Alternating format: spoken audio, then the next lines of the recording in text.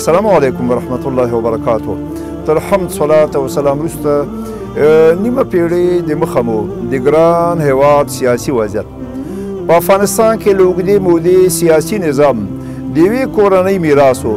ټولې لوړې څوکۍ، ښه باغونه، پیسې، ښه کورونه، په یې مخې ښځې د یوې کورنۍ ملکیت ګڼل کېده. ملکان او خانان به د اقتدار په ګدۍ کې ناستل چې نه به یې دیني علم و نه سیاسي پوهه او درک.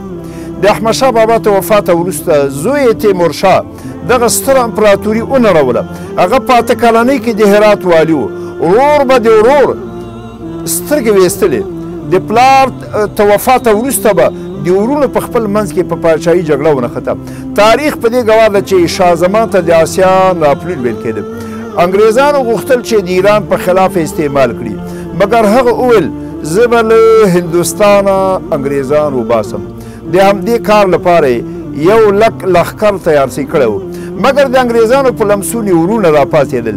د دغه ستر شخصیت سترګې وویستلې کله چې د سردار محمد اکبر خان په امر غازي محمد شاه خان بابرکخیل مکناټن په چمن حضوري کې ووځه او انګریزانو ته اخطار ورکړل چې له افغانستان نه به خپل لښکر وباسي.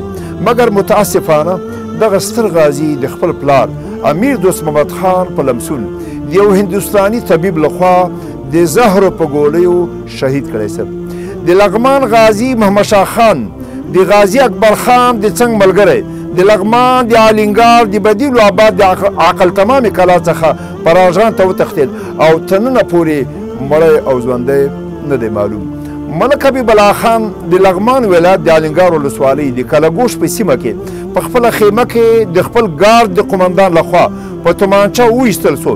داسې ویل کېږي چې دغه کار د امان الله خان او د ده د مور د پلان په اساس ترسره شوی و. دا ځکه چې نوموړی قمندان یې نه یوازې دا چې محاکمه نه کړ بلکې نورې رتبې هم ورکړې. هغه د 26 کلونو په عمر په تخت کېناست. د امان الله خان وروسته د سقاو زوی ناپوه او جاهل و. تر ده وروسته سردار نادر خان کابل ونیو. نوموړي په نوې ډیلي کې 13 ټولګي پورې زده کړې کړې وې. د ده تر مرګه وروسته زوی 19 کلن زلمی ظاهر خان په تخت کېناست چې نه یې عصري زده کړه وه او نه دیني. ټول عمر به په شرابو او چرسو نسکور پروت و. د نور محمد تره کې زده کړې تر 4م ټولګي پورې وې.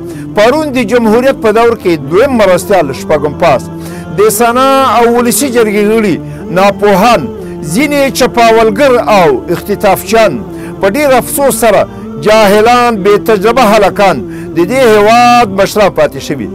دا چې کارګري او کمونیستي انقلابونه په پانګواله هیوادونو کې رامنځته کېږي، مګر دلته نه کارخانې وې، کوې به هم هغه ټولې دولتي وې.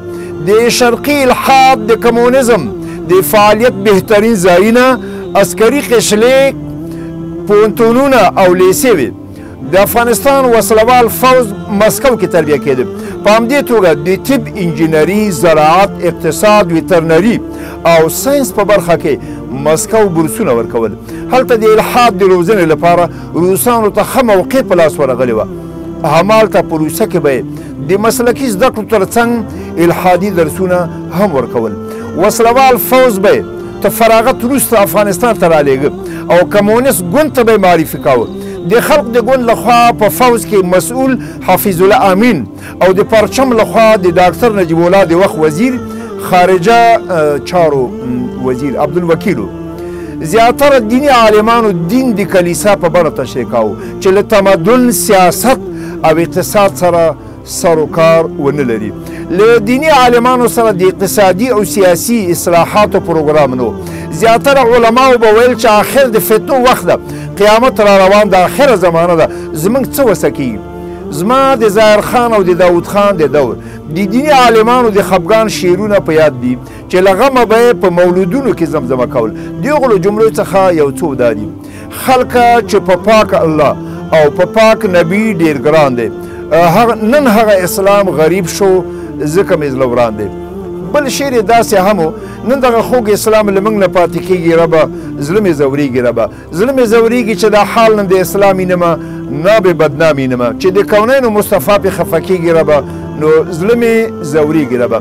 بل شعر یې دا هم و: د پاک حضرت دین کې رخني ولې جوړیږي خدای اسلام خوار سه زړه مې پې ورانیږي چې له عالمانو سره به مخامخ سوی ښه مولوي صاحب څه به کېږي دا څه حال ده ځواب به یې دا و چې آخر وخت ده قیامت به راځي او امام مهدي ته به انتظار باسو په همدغه مهال په کابل پوهنتون کې د جوانان مسلمان افغانستان په نامه 12 تنو ځوانانو په 1440 هجري شمسي کال د استاد عبدالرحیم نیازي ته مشرتابه لاندې د اسلامي نهضت د بنسټ ډبره کېښوده او اعلان یې وکړ چې اسلام ټولې ستونزې حل کوي د شرق و غرب د افکارو پیروي کفر او الحاد ګڼل کېږي په پای کې دغه مبارک غورځنګ لویده او ملت ته خپل پیغام ورساوه د هېواد په ټولو تعلیمي ادارو کې خپل شتون ثابت کړل په ټول ملت او علماو کې نوی روح تازه کړل په لویو غونډو مظاهرو کې د استعماري ځواکونو د دسیسو څخه پرده پورته کوله په پای کې روسان په دې پوه شول چې